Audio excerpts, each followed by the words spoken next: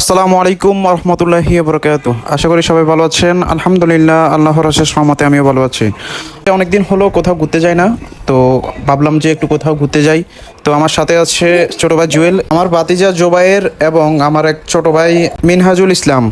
তো সবাই মিলে গেলাম। প্রথমে আমরা গেলাম হচ্ছে যে নবাববাড়িতে।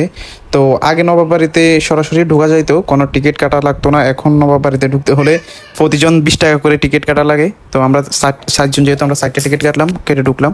তো এটাকে এখন জাদুঘর বানাইছে। আপনারা দেখতে পাচ্ছেন কিছু পুরাতন আসবাবপত্র আছে, পুরাতন জিনিসপত্র আছে। আসলে এগুলা অনেকটাই নতুন, এগুলা কিন্তু তাদের সময় না দেখে বোঝাই যাচ্ছে। কিছু কিছু আছে পুরাতন তাদের সময়ের, আর এখন যেগুলো আছে বেশিরভাগ হচ্ছে যে নতুন, বা তারা এগুলা রাখছে মানুষকে দেখানোর জন্য। ঘোরার মতো তেমন কোনো কিছুই নেই, আগে যা ছিল এখনও তাই আছে। হয়তো বা এখন টিকিট কেটে ঢুকতে হয় 20 টাকা করে, আর আগে ঢুকা লাগতো না, টিকিট কাটা লাগতো না। এতটুকুই পার্থক্য। আর ভিতরে আমরা আগেও যা দেখছি তা নাই, সামান্য একটু সাজগোজ করছে, গ্লাসের ভিতরে কিছু মালামাল রাখছে, এতটুকুই। আগেও আমরা ঢুকছি যখন, তখনও কিছুই ছিল না, বা যা ছিল টুকটাক অল্প কিছুই ছিল।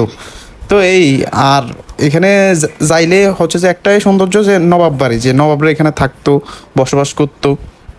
হ্যাঁ, নবাবরা কি সুন্দর বিল্ডিংটা, এটা একটু সৌন্দর্য, বাড়িটা একটু সৌন্দর্য, বাস এতটুকুই। এছাড়া আর কোনো কিছুই নাই। আর অনেকে হয়তো গেছে, যেহেতু আমাদের বাড়ির কাছেই আছে, আমাদের এলাকারও অনেকে গেছে, বা আমাদের আশেপাশের বেশিরভাগ মানুষের চলে গেছে ওইখানে গিয়ে, একবার হলেও দেখছে যে নবাব বাড়িটা কীরকম। হ্যাঁ, যেহেতু নবাবরা থাকছে, অনেকে মনে করে যে বিশাল কিছু, আসলে তেমন কিছুই না। তখনের সময় এটা অনেক বিশাল কিছু ছিল, কিন্তু এখন অনেক কিছুই নাই।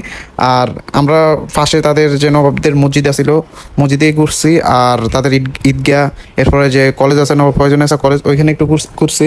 তো আশেপাশের যতটুকু জায়গা আমরা ঘুরানোর দরকার বা আপনাদেরকে দেখানোর দরকার, আমরা ঘুরছি এবং আপনাদেরকে দেখানোর চেষ্টা করছি। আপনারাও দেখছেন যে কি কি আছে।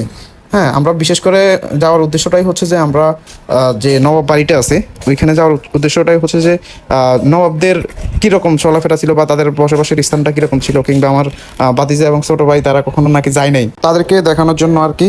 তো ভাবলাম যে তারা যেহেতু দেখবে, বা আমিও দেখতে গেছি আবার, তো আপনাদেরকেও একটু দেখাই। যতটুকু সম্ভব হয়েছে আর কি, ততটুকুই দেখানোর চেষ্টা করেছি। বিশেষ করে আমার সবচেয়ে এখন ভালো লাগছে হচ্ছে যে নবাব বাড়ির যে মসজিদ আছে, মসজিদটা অনেক সুন্দর। এবং কি ফয়জুন্নেসা যে কলেজটা, এই কলেজটাও কিন্তু অনেক সুন্দর। মাঠ, এরপরে তার বিল্ডিংগুলো অনেক সুন্দর। আমিও ঘুরে, তো আমি হতবাক, আমি কোনো সময় কিন্তু কলেজের ভিতরে যাই নাই, হয়তো বা বাইরে থাকছি বা বাইরে থেকে দেখছি, কিন্তু ভিতরে কখনো যাই নাই। আজকে এক উসিলায় যাওয়া হলো। তো আসলে কলেজটা অনেক সুন্দর, কিন্তু কিছুদিন আগে তো কলেজের একটা বদনাম হয়েছে, আপনারা জানেনই। আর যারা এখনো আসেন নাই, আসবেন, দেখবেন, এতটুকুই।